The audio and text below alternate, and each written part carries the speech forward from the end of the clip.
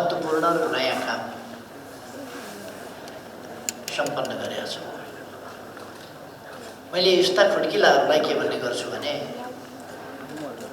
एउटा नयाँ युगको सुरुवात। हामी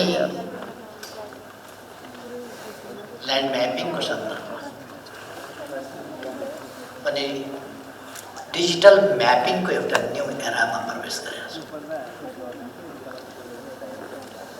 यो अब हिजो जसरी उही ठाउँमा पुग्नुपर्ने, त्यहीँको माटो उठाएर ल्याउनु पर्ने, त्यहीँको माटो ल्याबमा राखेर टेस्ट गर्नुपर्ने, त्यस समयबाट हामी अब गुगलबाट हेरेर, हाम्रो एप्सबाट हेरेर अथवा डिजिटल एक्सरेको माध्यमबाट हामीले त्यो एक्सरे गरिसकेका छौँ र त्यसबाट हाम्रो कुन ठाउँको माटो कस्तो छ त्यो पत्ता लगाउने, थाहा पाउने, कहाँ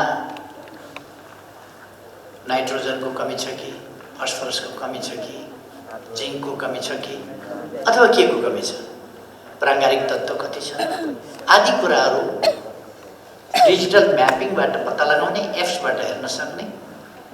यदि एप्सबाट हेर्न सुरुमा अलिकति गाह्रो हुनसक्छ, अप्ठ्यारो हुनसक्छ, त्यस्तो भयो भने सम्बन्धित कार्यालय, सम्बन्धित निकायलाई टेलिफोन गरेर सोध्यो भने पनि हुन्छ। देशको कुनै भागबाट टेलिफोन गरेर किसानले मेरो माटो हेरिदिनुहोस् न भनेपछि कमसेकम सेटेलाइटको माध्यमबाट, गुगलको माध्यमबाट म्याप हेरेर त्यसलाई इन्लार्ज गरेर तपाईँ कहाँ हुनुहुन्छ, कुन ठाउँ हो भनेर सोधेर तपाईँको घर यस्तो देखियो त्यही हो भनेर, त्यो घरभन्दा कतापट्टिको माटो तपाईँले नाप्न खोजेको भनेर सोधी कुरा गरेर, संवाद गरेर तपाईँको बारीमा यो चिज कमी छ, यो चिज लगाउनुहोस् भन्न सकिन्छ। अर्थात् हाम्रो डिजिटल नेपालतर्फको यात्रामा, डिजिटल नेपाल फ्रेमवर्कको इम्प्लिमेन्ट गर्ने कुरा सन्दर्भमा अथवा इम्प्लिमेन्टेसनको यात्रा अथवा त्यसका प्रमुख सेक्टरहरूमध्ये, त्यसका विभिन्न सेक्टरहरू छन् जसमध्ये 8वटा सेक्टरहरूमध्ये सायद मोटामोटी मूल सेक्टर 8वटा छन् क्या। त्यसमध्ये प्रमुख कृषि, यस क्षेत्रको कृषि उपज हुनका लागि माटो चाहियो। त्यो माटो कस्तो छ, त्यसको स्वास्थ्य कस्तो छ, कुपोषणको त्यसमा कुन रोग लागेको छ, मानिसलाई जस्तै त्यसलाई एनिमिया भएको हो कि, भिटामिन बी कम्प्लेक्सको कमी भएको हो कि, अथवा भिटामिन सी को कमी भएको हो कि भने जस्तै माटोमा के रोग लागेको छ, के को कमी छ, त्यो हामी सजिलोसँग हेर्न, बुझ्न सक्छौँ, पत्ता लगाउन सक्छौँ र त्यो कुरा हाम्रा खोज अध्ययन अनुसन्धानमा, हाम्रा उत्पादनहरूमा र किसानहरूले गर्ने साधारण उपजमा पनि यसको वैज्ञानिक प्रयोग, स्तरीयता र एक्युरेसीका साथ हामी यो चिज गर्न सक्ने ठाउँमा पुगेका छौँ। र म तपाईँहरूलाई मान्य मन्त्रीज्यू लगायत, सचिवज्यू लगायत, कृषि अध्ययन अनुसन्धान परिषद लगायत, यसका डिपार्टमेन्ट र यसमा रिसर्च र अरू कामहरूमा खटेर यस कामलाई सफलताको यस बिन्दुमा पुर्याउन सहयोग गर्नुहुने सबैलाई प्रशंसा गर्न चाहन्छु, बधाई भन्न चाहन्छु यो सफलताका लागि, धन्यवाद भन्न चाहन्छु। तपाईहरूले नेपाललाई यस क्षेत्रमा डिजिटल नेपालको फ्रेमवर्क इम्प्लिमेन्टेसनको क्षेत्रमा अथवा डिजिटल नेपाल निर्माण गर्ने सन्दर्भमा, आधुनिक नेपाल निर्माण गर्ने सन्दर्भमा एउटा महत्त्वपूर्ण उपलब्धि हासिल गरेर नेपाललाई एउटा नयाँ युगमा प्रवेश गराउनु भएको छ। त्यसका लागि तपाईहरूलाई म धेरै धन्यवाद भन्न चाहन्छु। तपाईहरूले नेपाललाई यसरी एउटा आधुनिक नयाँ युगमा मात्रै प्रवेश गराउनु भएको छैन, दक्षिण एसियाको प्रथम राष्ट्र पनि बनाउनु भएको छ। यस मामलामा Nepal is the first nation in the Southeast. Digital mapping, soil mapping. यो सोयल म्यापिङको डिजिटल सोयल म्यापिङ साउथ एसियामा अरू कुनै पनि देशले अहिलेसम्म सम्पन्न गरेका छैन। We are the first. धन्यवाद तपाईँहरूलाई जान्छ। म योजना आयोगलाई पनि धन्यवाद भन्न चाहन्छु। यस काममा योजना आयोगको विभिन्न ढङ्गले इन्भल्भमेन्ट छ हुन्छ।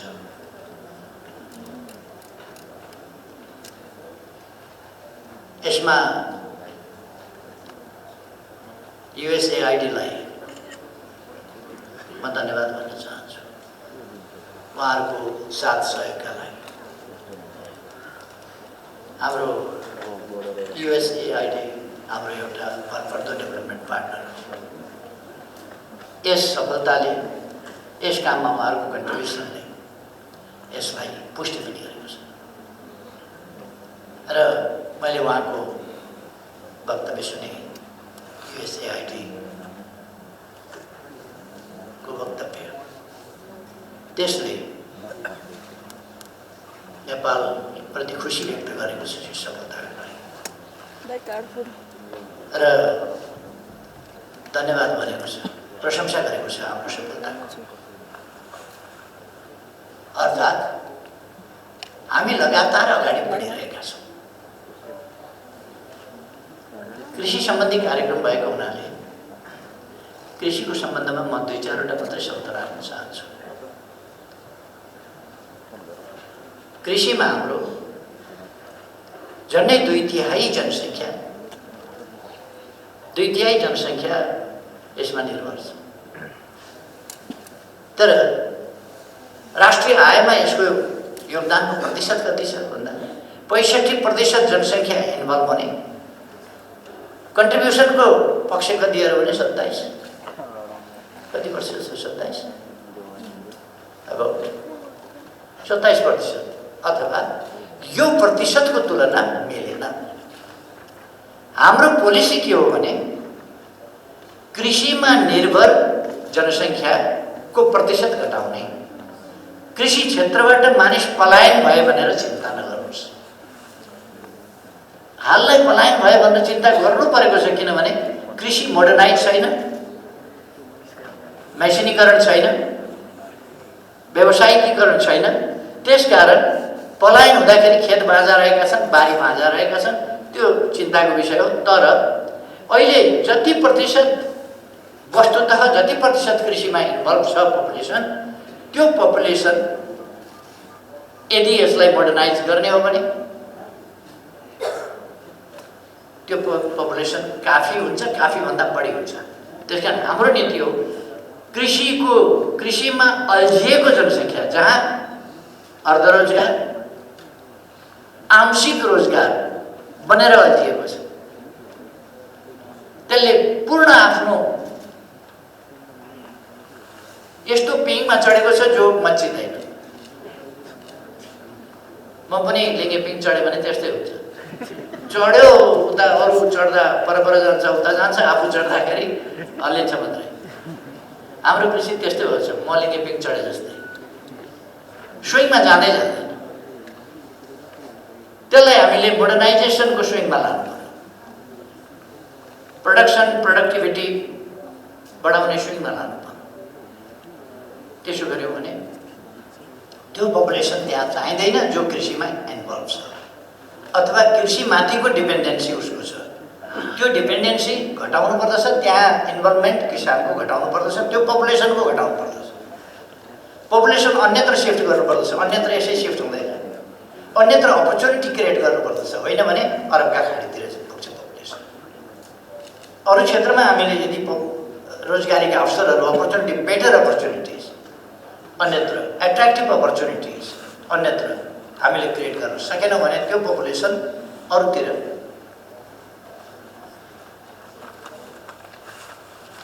ड्रेनिङ हुन्छ, त्यो अन्ततिर बगेर जान्छ।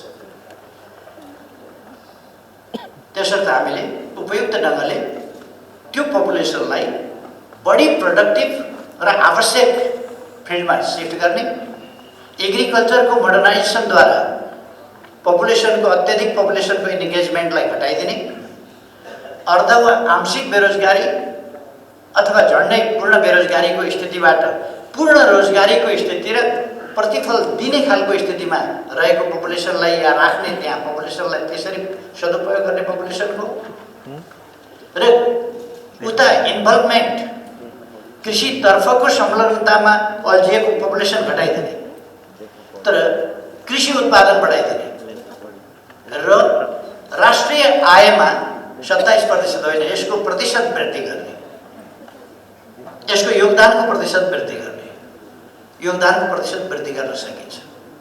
योगदानको प्रतिशत वृद्धि नहुन पनि सक्छ। कहिले कहिले टुरिज्मको सेक्टर स्वाट्ट बढ्यो भने, सर्भिस सेक्टर स्वाट्ट बढ्यो भने, कमर्सियल वा इन्डस्ट्रियल सेक्टर वाट्ट बढ्यो भने त्यसको कन्ट्रिब्युसन आइ हुन सक्छ। अथवा आइटीका सेक्टरहरू, अरू सेक्टरहरू, आर्टिफिसियल इन्टेलिजेन्सका सेक्टरहरू, तिनीहरू वात्त बढेर ती सक्सेसफुल्ली अगाडि बढ्यो भने हाम्रो जस्तो टुरिज्मका लागि प्रचुर सम्भावना भएको देशमा टुरिज्म वात्त बढ्यो भने यसको कन्ट्रिब्युसन धेरै माथि प्रतिशतमा नजान सक्छ। किनभने यसको उत्पादन कम भएर होइन, उत्पादन र उत्पादकत्व धेरै बढेको हुन्छ, तर पनि कन्ट्रिब्युसन चाहिँ अरू क्षेत्रको कन्ट्रिब्युसनले यसलाई 5 फिटको उचाइलाई त 6 फिटको उचाइ भयो भने होचो बनाइदिन्छ नि त। त्यस्तै कृषि क्षेत्रको कन्ट्रिब्युसन अरू क्षेत्रले होचो बनाएर केही छैन, तर प्रोडक्सन चाहिँ, प्रोडक्टिभिटी चाहिँ यसको बढ्न पर्यो। हाम्रो ध्यान प्रोडक्सन र प्रोडक्टिभिटी बढाउने। जहाँसम्म मार्केटको कुरा छ,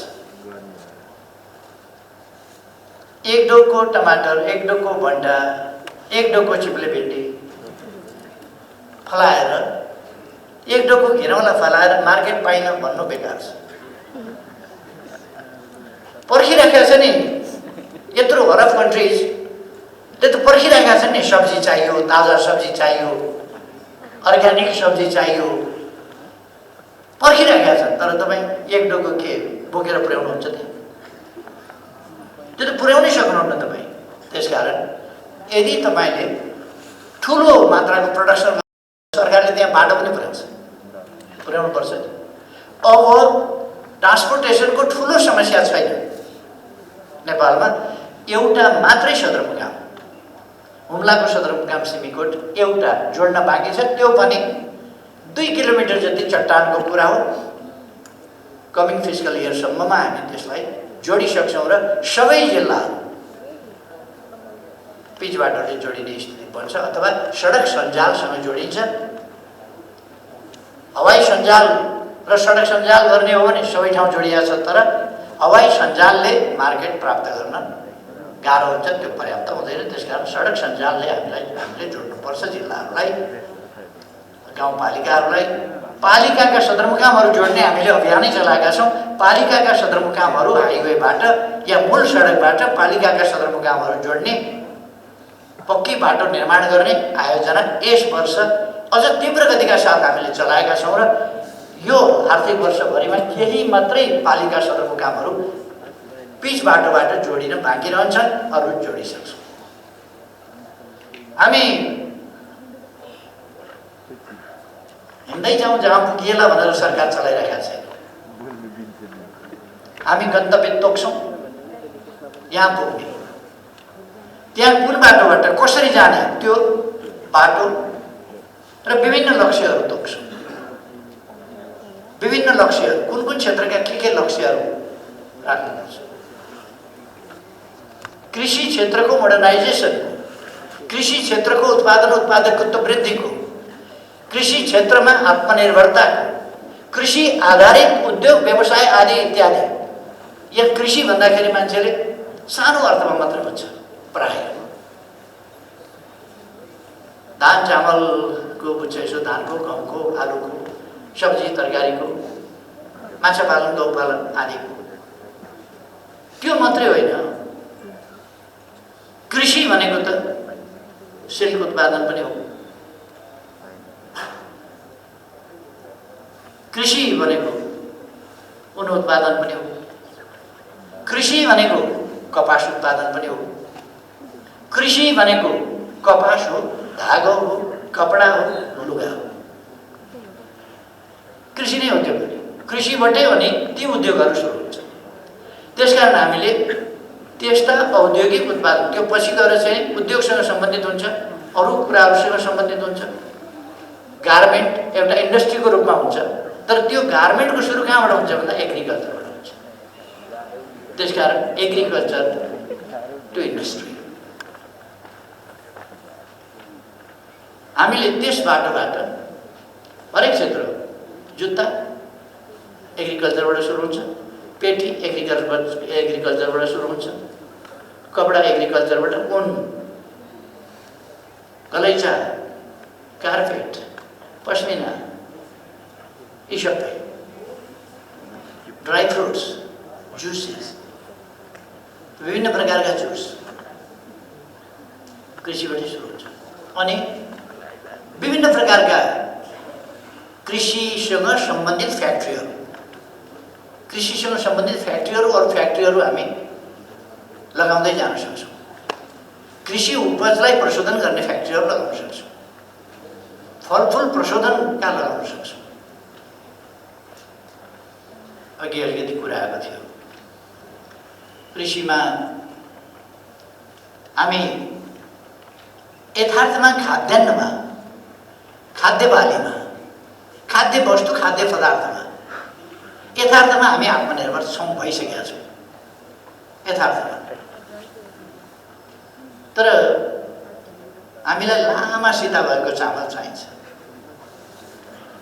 लामा सिता भएका चामल यसो पाहुना पासा आउँदा पनि देखाउँदाखेरि अलिकति हरिया टमाटर पनि हालेर, अलिकति जिरा पनि हालेर लामा सिता भएको पातलो चामल भयो भने अलिकति साँड बढे जस्तो लाग्ने, त्यो भात होइन अलिकति भुसामा परिणत भए जस्तो लाग्ने, खाने होइन जिउनार गरे जस्तो लाग्ने पानी बिग्रिया छ। त्यो सानो मसिनो लामो चामल भनेको रियल चामलै होइन, त्यही मोटो चामललाई एउटा प्रविधिबाट पेलेर लामो बनाइदिन्छ अनि हामी गजब मसिनो चामल किनेर खान्छौँ। धोका हो सबै। पुरानो थोत्रो चामल जुन आउँछ नि विभिन्न ब्रान्ड, सबै धोका हो। थोत्रो पुरानो चामल, शास्त्रमा के भन्छ, पहिलो वर्षको अन्न बिउका लागि राख, पहिले बिउ बचाऊ। दोस्रो वर्षसम्मको अन्न खानेकुराका लागि प्रयोग गरेर पौष्टिकता रहन्छ। तेस्रो वर्षदेखि अन्न होम होमादि इत्यादिमा काम गर्छ, अथवा त्यो खाद्य पौष्टिक तत्त्व त्यसमा अत्यन्त कम भएको हुन्छ, इत्यादिमा चरु होममा काम गर्न पर्छ। हामी चाहिँ तेस्रो वर्षको होइन, पञ्चम वर्षको पेलेको लामो बनाएको चामल पेलेर लामो बनाएको त्यो चामल खान्छौँ। कुनै धान देख्नुभएको छ 1 इन्च लामो, अनि चामल चाहिँ 1 इन्च लामो कसरी भयो? सब प्याकेट। प्लास्टिकका चामलको पनि कुरा सुन्नुभएको होला साथीहरू। कत्रो कत्रो धोका छ यहाँ। कृपया भरेदेखि घरमा गएर घर परिवारमा सल्लाह गर्नुहोस्, लामो चामल किन्न बन्द गर्नुहोस्। काम छैन लामो। हामी एक ढङ्गले आत्मनिर्भर छौँ। अहिले हाम्रो विकासको अभियान, हाम्रो यात्रा यो खालि एउटा कुराको रूपमा मात्रै होइन, एउटा एक्सप्रेसनको रूपमा मात्रै होइन, एउटा डिटर्मिनेसनको रूपमा मात्रै पनि होइन। यो मेट्रोलाइज कसरी गर्न सक्छौँ, हामी यसलाई कसरी प्राप्त गर्न सक्छौँ, त्यसमा लागेको छ। त्यसै कारण भर्खरै हामीले सुन्यौँ, अहिलेको सरकार बन्नभन्दा अगाडि 10औं वर्षसम्म 3% का दरले कृषि उपज उत्पादन, त्यसको उत्पादकत्व वृद्धि कति थियो त? उत्पादन वृद्धि कतिका दरले हुन्थ्यो भन्दा 3% का दरले हुन्थ्यो। 10औं वर्ष भइसक्यो 3% का दरले। अहिले 11.2% का दरले समग्र कृषि उपज को वृद्धि भएको छ, खाद्यान्नमा वृद्धि भएको छ। माछा मासुमा 20% वृद्धि भएको छ, दुग्ध पदार्थमा 19% वृद्धि भएको छ, तरकारी 9% वृद्धि भएको छ। तरकारी यो वृद्धि दर 20%ले हामी माछा मासुमा जुन वृद्धि गरिराखेका छौँ, यसबाट 5 वर्षभन्दा हामी 100% अथवा भनेको डबल वृद्धि गर्ने भयो। त्यसो भएपछि हाम्रो खपत क्षमताभन्दा बढी हुन्छ। त्यसो भएपछि हामीले इन्टरनेसनल मार्केट खोज्नुपर्ने हुन्छ। इन्टरनेसनल मार्केट खोज्ने कुराको खालि 2-3वटा मात्रै तत्त्व छ, त्यसभित्र रहस्य छ। एउटा गुणस्तरीय वस्तु उत्पादन। आजको प्रतिस्पर्धी दुनियाँमा 3टा चिजको कम्पिटिसन हुन्छ। गुणस्तरको, त्यो कति गुणस्तरीय छ, प्राइसको, त्यो कति रिजनेबल प्राइसमा उपलब्ध छ, तेस्रो डेलिभरीको, कतिको टाइमली तपाईँ डेलिभरी गर्नुहुन्छ। टाइमली डेलिभरी गरेन भने कृषि उपज, कपडा त केही छैन, कपडा थानमा यस सिजनमा ज्याकेट बिकेन भने राख्ने ठाउँको झन्झट मात्रै हो। फेरि अर्को सिजनमा टकटक्यायो, झुन्ड्याइदियो, नयाँ ज्याकेट फेरि बिक्छ। तपाईँ अर्को वर्ष टमाटर बेच्न सक्नुहुन्छ। सक्ने प्रविधि पनि हुन्छ, त्यसलाई कसरी रिजर्भ गर्ने, कसरी के गर्ने अहिले चलन चलेको छ नि। तपाईँलाई बिकाउनु छ भने टमाटर काटेर चाना पार्नुहोस्, अलिक सुकाउनुहोस्, अचार बनाउनुहोस्। बेच्न समस्या पर्यो भने सुपरमार्केटमा पठाउनुहोस्। सुपरमार्केटले किन्न आनाकानी गर्यो भने पतञ्जलीको छाप लगाइदिनुहोस्।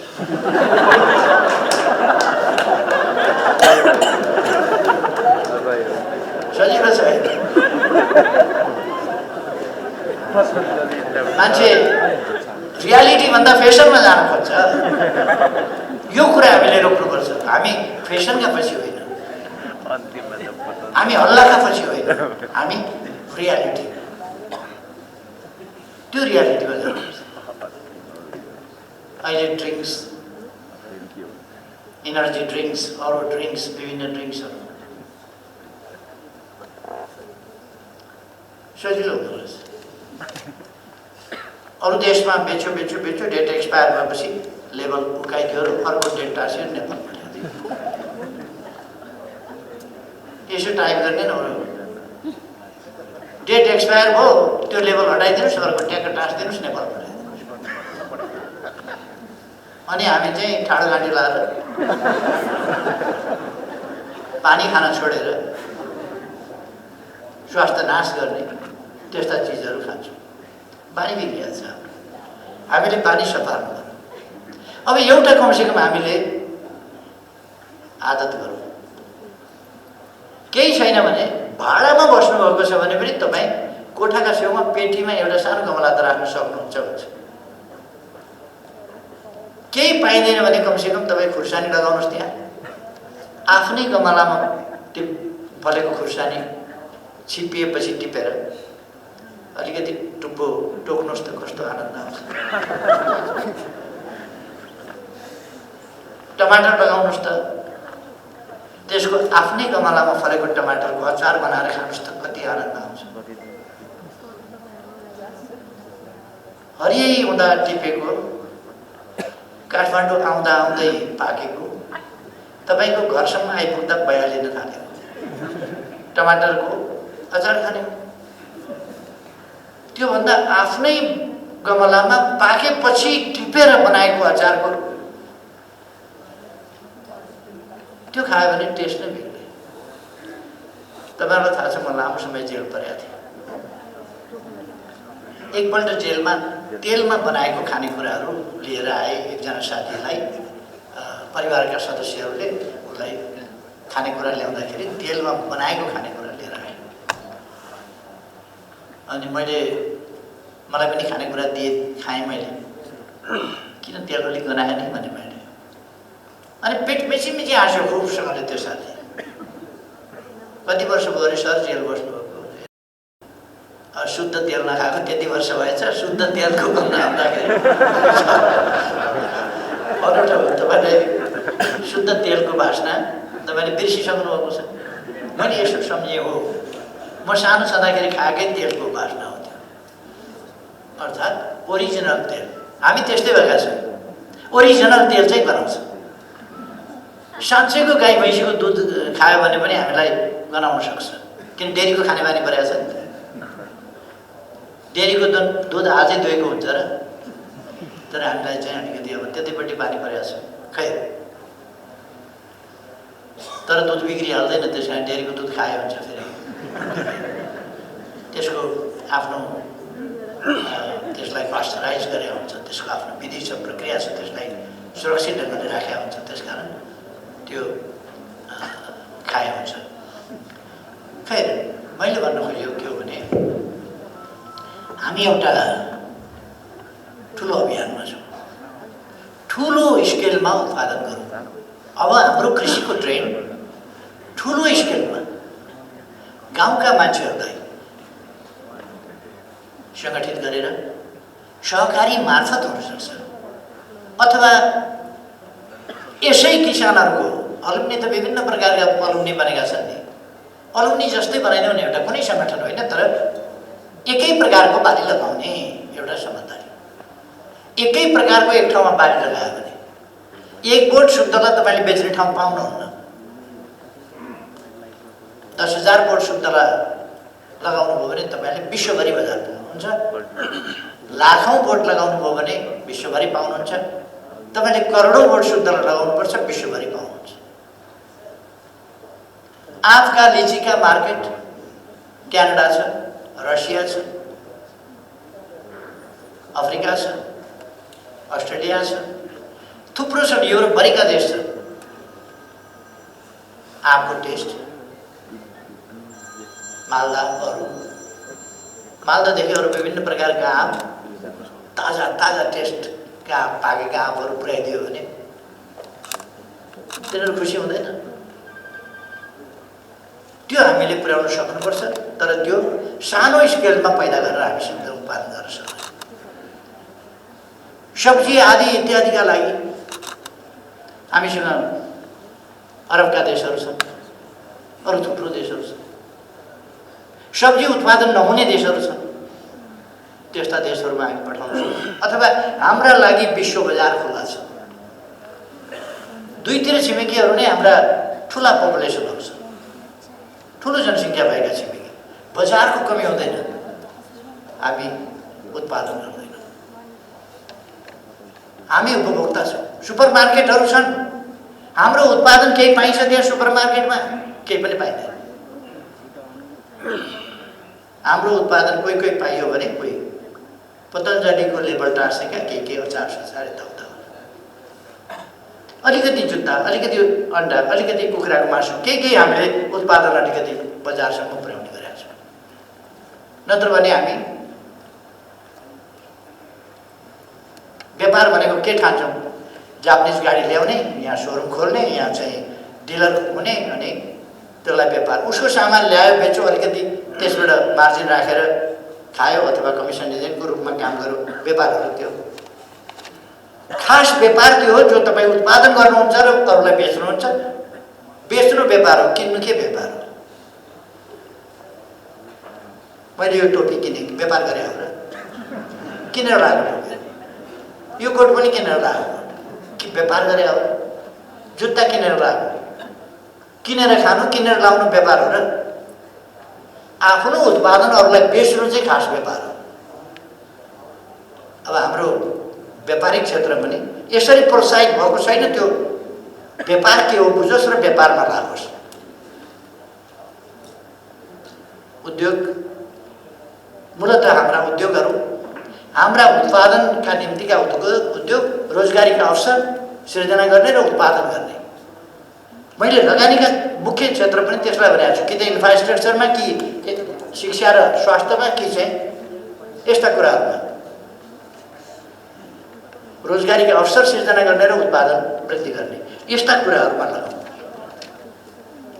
हाम्रो लगानी त्यसमा गरौँ जसले हाम्रो जनसङ्ख्यालाई रोजगारयुक्त बनाउँछ, सबल सक्षम बनाउँछ, सिपयुक्त बनाउँछ र उसको आत्मविश्वास जगाउँछ र उसलाई एउटा आनन्दी जीवन आफ्नो उत्पादन जस्तो। त्यो किसान जसलाई खाना लाउन पुग्छ बडो प्रसन्न हुन्छ, किनभने ऊ आफ्नो उत्पादन खाएर बाँचेको हुन्छ। त्यसकारण ऊ एकदम प्रसन्न चित्त हुन्छ। जसलाई खाना पुग्दैन, साह्रै थोरै छ, उसको खानाको चिन्ता त्यहाँ फेरि समस्या छ त्यहाँ। त्यसकारण हामीले त्यो वर्गलाई पनि आफ्नो लक्षित वर्गभित्र राख्नु पर्दछ, जो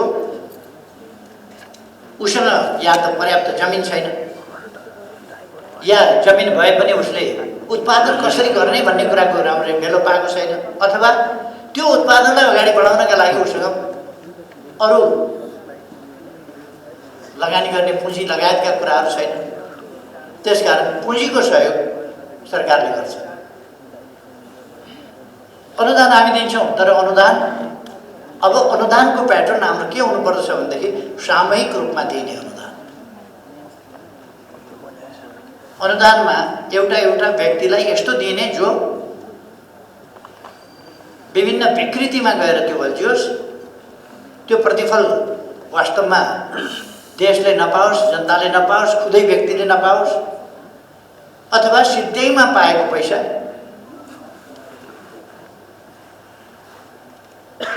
त्यस्तो नहोस्। त्यसका लागि हामी अनुदान दिन पर्यो भने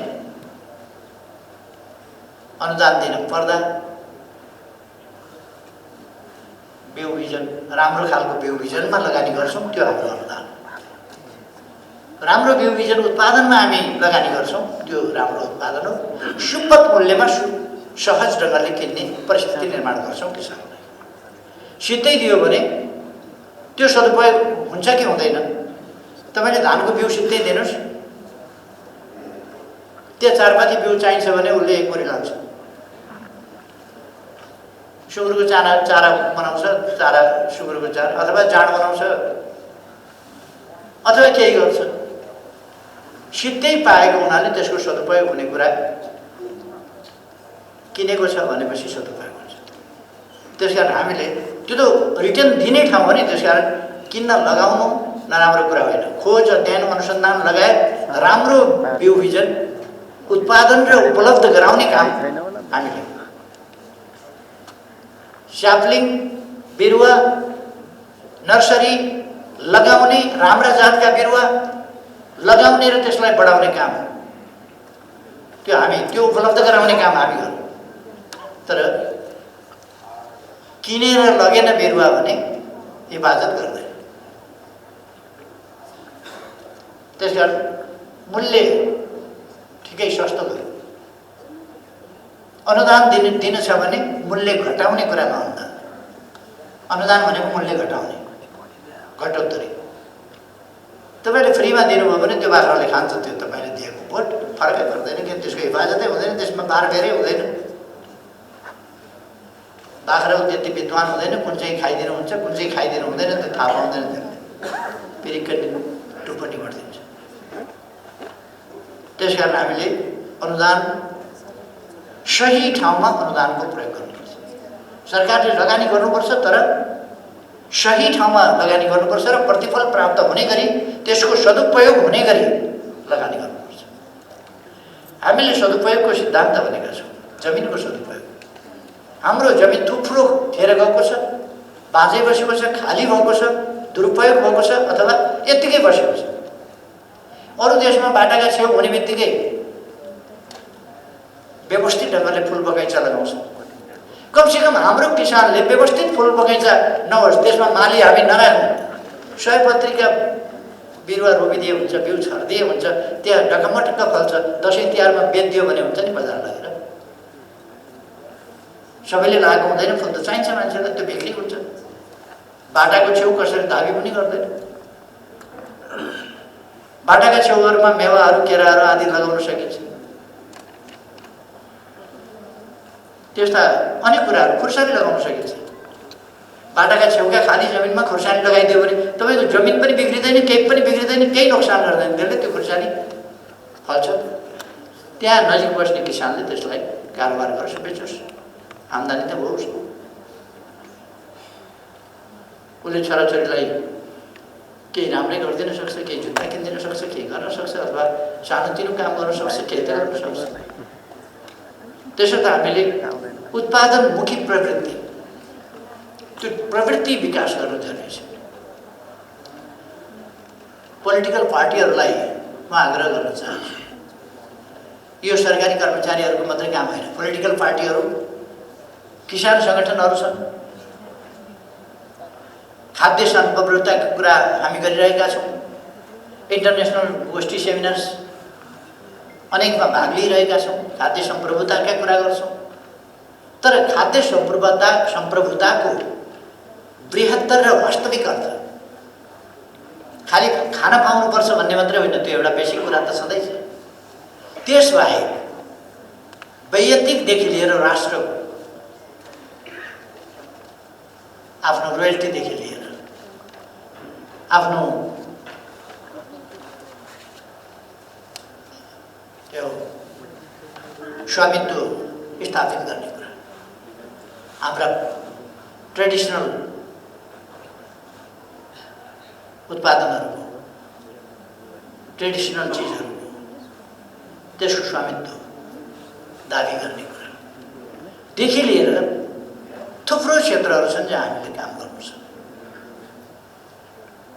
हाम्रो युवा जगतको मनोविज्ञान, श्रमलाई माया गरौँ भनेर मात्रै हुँदैन, एकपल्ट उसलाई हामीले एक पाली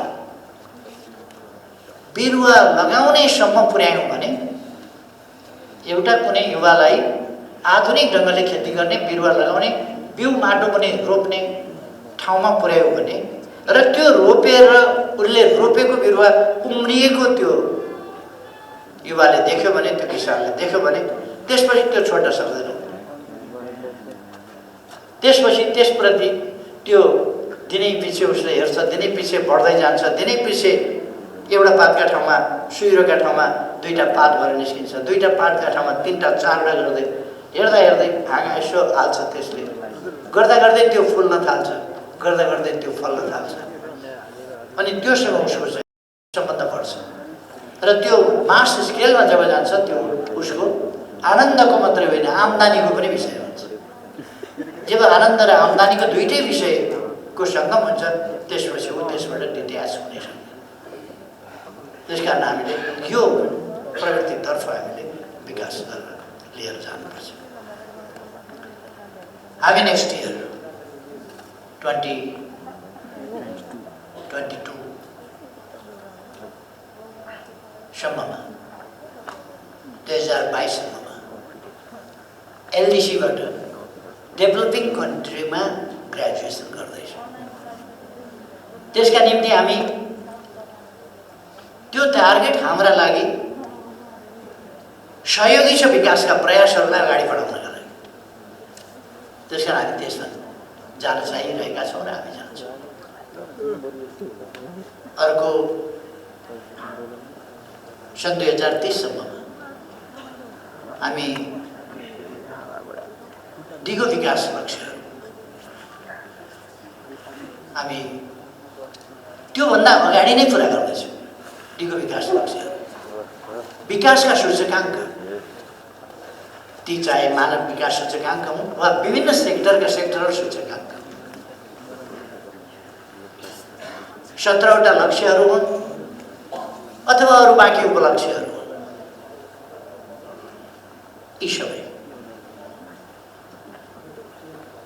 यी सबै हामी पुरा गर्न सक्छौँ र हामी यस दिशामा पनि तीव्र गतिले अगाडि बढिरहेका छौँ र दुनियाँ आश्चर्यचकित भइरहेको छ।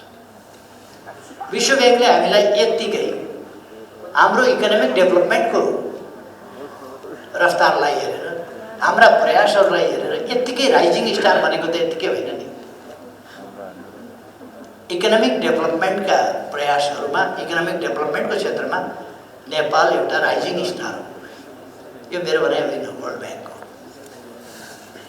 वर्ल्ड ब्याङ्कले हामीलाई त्यसरी रेकगनाइज गरेको छ। भर्खरै हामीले USAID को भर्सन सुन्यौँ, कति मुक्त कण्ठले हाम्रो प्रशंसा गरेको छ। साउथ एसियामा प्रथम देश बनेको छ नेपाल, खुसी व्यक्त गरेको छ, हाम्रो सफलतालाई एप्रिसिएट गरेको छ। यी कामहरू हामीले गर्नु छ। यी अरूलाई देखाउनका लागि होइन, ती टार्गेटहरू निर्धारण गरेर हामी जाँदाखेरि हामीले पनि टार्गेट त निर्धारण गर्नु पर्थ्यो नै। हाम्रो 15औं पञ्चवर्षीय योजनाको टार्गेट छ, हाम्रो विक्रम सम्वतको सन् 2049 सम्मको 2100 पुग्दासम्मको टार्गेट छ, जसका लागि अब हामीसँग 22 वर्ष मात्रै बाँकी छ। यी 22 वर्षका टार्गेट, जुन टार्गेटहरू हामीले तोकेका छौँ ती हामी पुरा गर्न सक्छौँ। हामी अर्को वर्षबाट डबल डिजिटको आर्थिक वृद्धि दरमा अर्को वर्षबाट प्रवेश गर्छौँ। कतिपय मान्छेहरू आत्या छन् यो विकासको लहर देखेर, बाटाहरू त्यस्तै छ, पुलहरू बनिराखेका छन्, अरू कामहरू त्यस्तै भइरहेका छ, कृषिमा आधुनिकीकरण, हवाई जहाजबाट नक्सा खिचेर अब त मन्त्रालयले नागले एप्स खोलेर यहीँबाट भनिदिने भयो किसानलाई, ए तिम्रो जमिनमा यो मल हाल भनेर, तपाईँको छेउमा त्यहाँ छैन भनेर तपाईँको जेठी अथवा त्यहाँको कृषि सहयोगीले भन्ने भयो। हामी हरेक जिल्ला हरेक उसमा चाहिँ प्राविधिक शिक्षालय पुर्याउँदैछौँ। ती प्राविधिक शिक्षालयहरू मार्फत हुँदैछ, त्यहाँका जान्ने सुन्नेहरूलाई लगाएर हामी त्यहाँ यो मल यसरी हाल भनेर यहीँबाट भनिदिन सक्छौँ। यो कुराको कमी छ यस माटोमा। के बाली लगाउन खोजेको त्यो संसार हामी भनिदिन सक्छौँ। तिम्रो यो बाली लगाउनका लागि यस प्रकारको मल आवश्यक छ, त्यो यहीँबाट भन्न सक्छौँ। यी सबै कुराहरू हामी हरेक स्टेपमा एउटा नयाँ युगमा, हरेक क्षेत्रमा नयाँ युगमा प्रवेश गर्दैछ। अस्ति 9 गते मात्रै मैले थानकोट 9 विषय सुरुङ मार्गको प्रारम्भ कसरी भएको छ, कसरी अगाडि बढेको छ हेरेँ। यतापट्टिबाट 27 मिटर विकास भएको छ खनेर, उतापट्टिबाट 90 मिटर खनिसकेका छ। अहिले दिनको 1 मिटर जस्तो मात्रै अगाडि बढिरहेको छ। अलिकति समय लाग्छ त्यसका लागि। जब यो माटोको भाग सकिएर चट्टानको भागमा पुग्छौँ हामी 100 मिटर पछि, अब लगभग 70-72 मिटर, 70-68 मिटर, यति पछि हामी चट्टानी भागमा प्रवेश गर्छौँ। त्यसपछि हामी दिनको 3 मिटरका दरले अगाडि बढ्छौँ दुवै साइडबाट, अर्थात् दिनको 6 मिटरका दरले हामी खन्छौँ। 200 केही चाहन्छन् मिटर होला, अलि बढी होला, त्यति दिन 6 मिटरका हिसाबले, अथवा 1.5-2 वर्षभित्र हाम्रो टनेल यहीँबाट तयार हुन्छ। मैले टनेल एरामा हामी प्रवेश गऱ्यौँ भने गर्छौँ भन्दाखेरि केही मान्छेहरू हाँसे, टनेल एरामा प्रवेश गर्ने। अब नेपालका बाटा डाँडा डाँडा घुमेर, खोलाका तिर कुदेर घुमेर, अहिले पहिरो गएको छ भत्किया छ, भरे पहिरो गएको छ भत्किया छ, मान्छे बिमारी छ भेट्न कुदेको छ, बिचा पहिरो आएर छेक्यो, बिमारी लिएर जाँदैछ एम्बुलेन्स, बिचा पहिरोले आएर छेक्यो। अब त्यस्ता पहिरो जाने पहाडका भित्रभित्रबाट टनेल लिएर हामी बाटा सिधा बनाउँछौँ। मान्छे हाँसे, गर्ने बानी हिम्मत भए पो हाँस्दैन, गर्ने बानी नै छैन, यहाँ देखेकै छैन त किन हाँस्ने। अब हामीले सुरु गरेका छौँ। टोका छ अरे सुरु, बेत्रावती स्याप्रवेशी सुरु, यस्तो थुप्रै सुरु बाटाहरू चौडा गर्दैछौँ। हामी नयाँ बाटाहरू बनाउँदैछौँ। अब सिंगल लेनको बाटो हुँदैन नेपालमा, डबल लेनको बाटो बनाउँछ। पूर्व पश्चिम मात्रै 4वटा हाइवे छ, ती तीव्र गतिमा बन्दैछन्। होलाकी राजमार्ग, पूर्व पश्चिम राजमार्ग, मदन भण्डारी राजमार्ग, मध्य पहाडी राजमार्ग। यी राजमार्गहरू मध्य पहाडदेखि जाँदैछ। पूर्व पश्चिम रेल हामी अगाडि बढाउँदैछौँ। पानी जहाजको अध्ययन भइराखेको छ, काम भइराखेको छ। अहिले नै युवाहरू उत्साहित भएर स्टिमर चलाउन थालिसके कोशी र गण्डकीमा। अहिले मान्छे मनोरञ्जनका लागि र आवागमनका लागि गण्डकीमा मनोरञ्जनका लागि मात्रै स्टिमर चल्छ, तर कोशीमा 11 मिनटमा सुनसरीबाट भोजपुर पुर्याउँछ। 11 घन्टा लाग्थ्यो। 11 घन्टा लाग्ने ठाउँमा आधाभन्दा कम मूल्यमा 11 मिनटमा भोजपुर पुर्याउँछ। नदीमाथि सलल्ल बगेको आनन्द, त्यो इन्जोयमेन्ट पनि लिन पाइयो। वीरबाट खस्ला मान्छे हो ड्राइभर, कहिले यसो उतातिर आँखा गयो भने पुग्यो, त्यो खतरा पनि भएन। यी त युवाहरूले गर्दैछन् त आफ्नै लगानीमा, आफ्नै खर्चमा। पानी जहाजको कुरा चल्यो, कतिले बाल्टीमा पानी हालेर कागजका डुङ्गा बनाएर तैराएर पनि मजाक उडायो। अब हामी हाम्रो झन्डा भाग त गङ्गामा कुदाउँदैछौँ, कोशी गण्डकीमा कुदाउँदैछौँ। विकास गर्दा भन्ने कुरा हो। अहिले हामी एक दिनमा 5.7 किलोमिटर बाटो, double lane, 4 lane, 6 lane, 5.7 kilometre बाटो हरेक दिन पिच गर्दैछ। अहिले यो वर्षको मात्र हिसाब गर्ने हो भने वर्ष दिनमा हामी अहिले दिनको कुरा गर्छौँ, महिनाको होइन। दिनमा कतिवटा जरुरी पुल बन्यो, कति दिनमा। पहिले जग्गा यहाँ रोपनीमा जग्गाको मोलतोल हुन्थ्यो, अहिले आनामा हुन्छ नि। त्यस्तै पहिले वर्ष महिनामा कति भन्ने कुरा हुन्थ्यो। वर्षमा 10 किलोमिटर बाटो कालोपत्र हुन्थ्यो, अहिले दिनमा 5.7 किलोमिटर बाटो कालोपत्र हुन्छ। गति त्यो छ। वार्षिक उत्पादन वृद्धिको अघि भर्खर हामीले कुरा गऱ्यौँ। माछा मासुमा 20% वृद्धि, दुग्ध उत्पादनमा 19% वृद्धि, सब्जी उत्पादनमा 9% वृद्धि।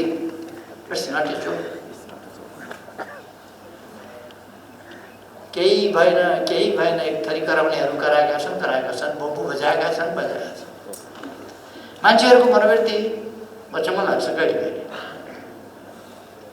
अघि पद्माजीले कसो कुरा गर्नुभयो। हुन त ठिकै हो, सधैँ मान्छे कोही पनि मन्त्री पदमा रहँदैन। रहन्जेल बाँचिन्जेल राम्रो काम गर्ने हो, पदमा रहन्जेल राम्रो काम गर्ने हो। तपाईँहरूले पनि भन्ने उपाध्यक्षमा रहन्जेल राम्रो काम गर्छु, सचिवमा रहन्जेल राम्रो काम गर्छु, डाइरेक्टर रहन्जेल राम्रो काम गर्छु, मैले पनि प्रधानमन्त्रीमा रहन्जेल राम्रो काम गर्छु। तर हिजोको अदालतको फैसलाले प्रभाव त पारे होइन। त्यो सामान्य कुरा हो। त्यसमा केही मेरा केही भाइहरूले लड्डु खुवाई गरे, लड्डु खाएछ खुसी भएर। जित्यौँ हामीले भने के जित्यो मलाई थाहा छैन। के पाउँछन् अब हेर्नुहोस्, त्यो लड्डु खाएर मुहा मिठा गर्ने भन्छ नि, के पाउँछन् त्यो चाहिँ मैले हेर्नु छ, के पाउँछ। मेरो विचारमा भोलि पर्सिदेखि फेरि राजीनामा माग्नुहुन्छ कि जस्तो लाग्छ। राजीनामा देऊ। खै यतापट्टि चिन्ता गर्नु पर्दैन, ऊ मान्छे कति बेर हार्ट एट्याक भएर मर्न सक्छ, ब्रेन हेमरेज भएर मर्न सक्छ, गाडी ठोकिएर मर्न सक्छ, प्लेन झरेर मर्न सक्छ। जिन्दगीको कुनै ठेगान छैन। जबसम्म बाँचिन्छ तबसम्म राम्रो काम गर्ने हो। मरेपछि न मान्छे बेइमान हुन सक्छ न इमानदार हुन सक्छ। मरेपछि केही अर्थ छैन। बाँचिन्जेल इमानदार हुने, गतिशील हुने, राम्रो काम गर्ने, त्यही हो। जबसम्म जुन जिम्मेवारी लिएको छ तबसम्म। अहिलेसम्मको मेरो कुराबाट तपाईँहरूले केही फरक पाउनुभयो र मेरो देश विकासको आकाङ्क्षामा, देश विकासको सङ्कल्पमा केही फरक पाउनुभयो? फरक हुनुपर्ने आवश्यकता छैन। यो स्वार्थबाट लपेटिएका मान्छेहरूमा यस्ता कुराहरूले धेरै असर गर्छ। मैले भन्ने गर्छु, मैले भन्ने गरे मेरो आफ्नो होइन, शास्त्र हो।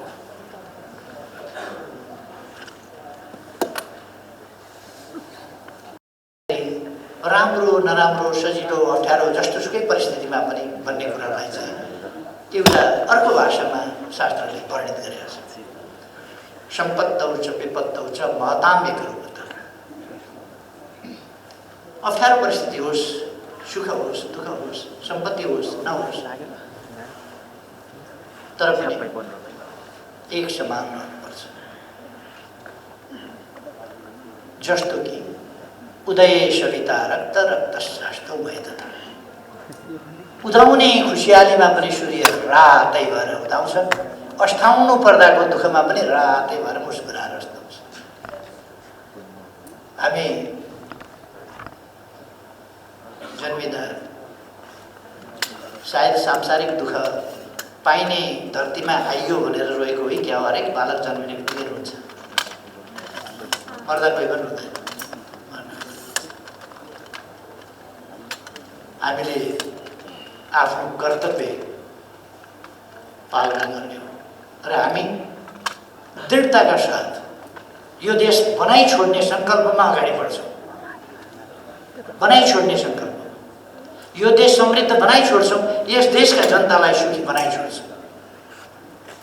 कृषि क्षेत्रको यस क्षेत्रमा उलटफेर ल्याउँछौँ।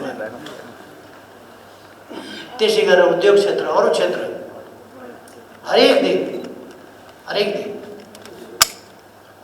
उद्घाटन भइरहेका छन्, शिलान्यास भइरहेका छन्, काम सम्पन्न भइरहेका छन्। पुल बनेर उद्घाटन भयो, उद्घाटन भएको शिला त्यहाँ कसैले राखेछ। पुल बनाउने अनि त्यहाँ चाहिँ यहाँ शिलालेख राख्ने भनेर शिलालेख चाहिँ तोडिदिएछ। बहादुरहरू शिलालेख तोडिदिए, किनभने पुल बनाउने शिलालेख। मलाई पुल भत्काएनन्, धन्यवाद दिन्छु। पुल भत्काएनन्, धन्यवाद। शिलालेखको केही मतलब छैन। त्यहाँ किन भत्काएको भने मेरो नाम लेखेर रहेछ अरे, उद्घाटन गरेर। मेरो नाम त गौतम बुद्धको नाम सम्झिन्छन्। गौतम बुद्धदेखि यताका कति पुस्ता, कति हजार, कति लाख, कति करोड मान्छे कति जन्मिए, कति मरे, कसले नाम सम्झिहाल्छ? एउटा गौतम बुद्धको सम्झिन्छन्। अथवा इतिहासमा कहिले कहिले यस्तो एउटा मान्छे हुँदो रहेछ जसलाई सम्झिँदो रहेछ। अरू मान्छे त कति प्रधानमन्त्री भयो होला, कसले सम्झिहाल्छ? कति राजा महाराजा भयो होला, कति राष्ट्रपति भयो होला, कति सम्राट भयो होला, कति के भयो होला, कसले सम्झिहाल्छ? त्यसकारण यो अनन्तकालसम्म मलाई तपाईँहरूले सम्झिरहनु हुन्छ भन्ने कुनै भ्रम छैन मलाई। तपाईँहरूले सम्झिरहनुहुन्छ भने सम्झिरहनु तपाईँहरू बाँच्नुहुन्छ भन्ने पनि भ्रम छैन मलाई। अनि मलाई कुनै म भ्रमहरूबाट मुक्त मान्छे हुँ, कुनै भ्रम नभयो। त्यसर्थ हामी हाम्रो कर्तव्यमा जोड्छौँ र देश बनाउँछौँ। यो सङ्कल्प निरन्तर अगाडि बढ्छ। अहिले धेरै कुरा भनेर मान्छे फेरि तर्साउने काम गर्नु पनि ठिक छैन। अहिले यो सरकार छ, सरकार रहन्छ। विकासको क्रम अगाडि बढिराखेका छन्, अगाडि बढ्छ। तपाईँहरू विकासको मार्गमा निश्चिन्त निष्फिक्री ढङ्गले अगाडि बढ्नुहोस्। तपाईँहरूका यी उपलब्धिहरूका लागि म धन्यवाद भन्न चाहन्छु। फेरि पनि धेरै धेरै बधाई छ तपाईँहरूलाई सफलताका लागि। सफलता प्राप्त गर्नु रहन्छ। कतिवटा साइन्टिस्ट काम गर्दा गर्दा गर्दा खोज गर्दा गर्दा सफल नभइकन बिर्सन, त्यसबाट फेरि सुरु गरेर अर्काले सफलता प्राप्त गर्छ। अर्को जेनेरेसन पर्नु पर्दो रहेछ।